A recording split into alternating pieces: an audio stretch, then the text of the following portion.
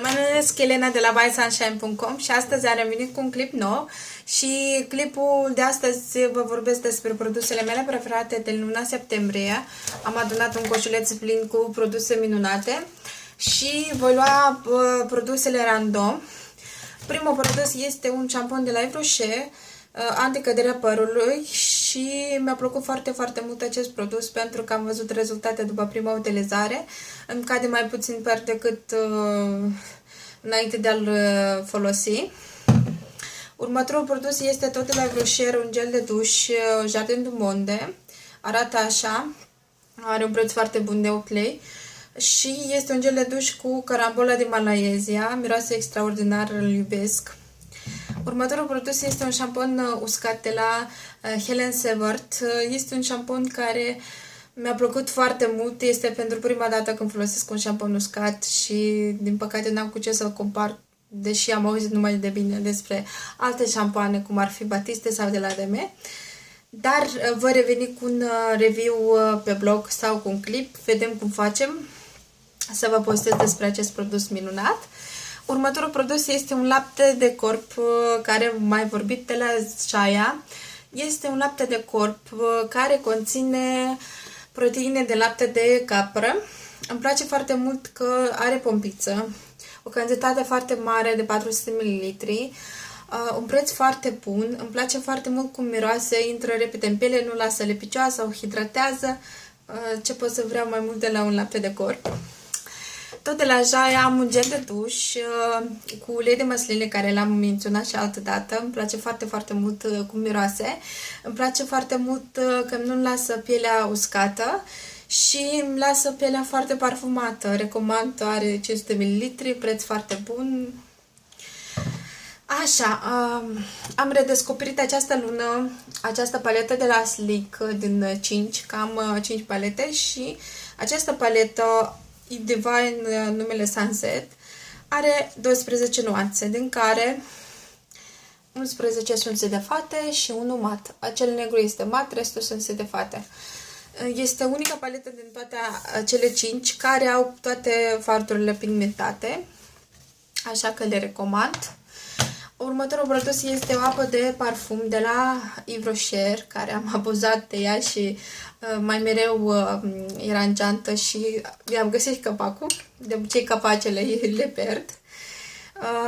Se numește un Evidence Intens.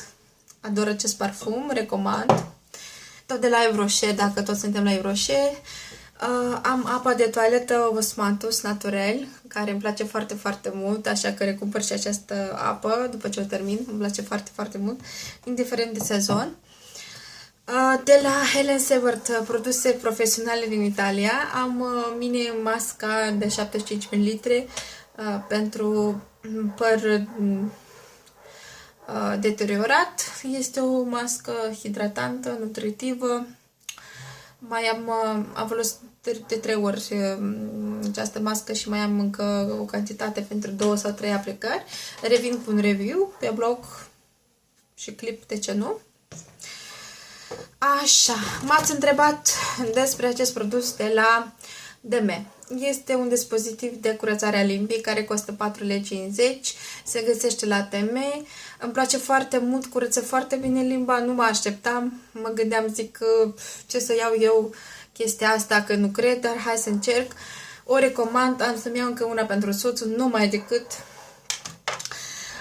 De noua gamă de la Melchior am primit de la Ana Maria, de la Beauty Swap by Beauty Barometer, acest fard mat, nuanța verde, și se numește Wish.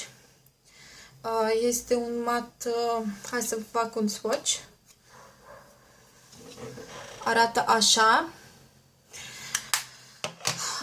Tot din gama nouă am primit și acest ruj, tot de la Melchior. Este nuanța Deep Love, care am purtat foarte des și are o nuanță foarte extravagantă, o nuanță de prun întunecat și îmi place foarte mult să o port seara, pentru că ziua nu îmi permit să port această nuanță, dar arată foarte bine. Așa, și mai am 3 nuanțe de oje de la Yves Rocher care am purtat luna aceasta foarte des. Este nuanța aceasta de brun și se numește brun închis. Arată așa, în jur de 10-11 lei am dat pe o ojă. Nuanța asta de albastru superbă, superbă, superbă. Este un albastru nigela se numește. Și un albastru purpuriu. Arată așa, care în general eu nuanțele de albastru le iubesc. Mi-au rămas în coș doar 2 produse. Și penultimul produs este un lapte de corp de la Colistar, tot de la Beauty Swap by Beauty Barometer. Îmi place foarte mult acest produs, este un lei pentru corp, dar îl folosesc și pentru mâini. Îl țin în geantă pentru că îmi place foarte mult cum miroase. Miroase portocale, foarte bine miroase, mi-aduce aminte de copilărie. Intră foarte repede în piele, hidratează foarte bine și miroase super. Dacă voi găsi varianta mare, numai decât trebuie să mi-o cumpăr. Și ultimul produs este ulei de argan de la Helen Severt, este marca din Italia profesională. Am nevoie doar de 2 pompițe pentru a hidrata toată lungimea părului.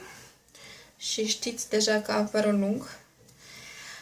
Îmi place să port acest produs în geantă de când l-am primit.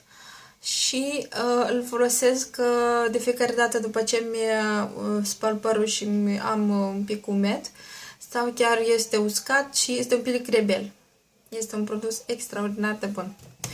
Cam astea sunt produsele care mi-au plăcut foarte mult luna septembrie. De fapt, mi-au plăcut și mai multe, dacă să stau mult să vorbesc, să vă plictisesc. Am limitat produsele.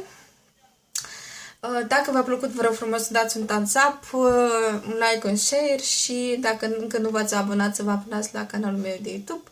Eu vă pup până data viitoare. Pa!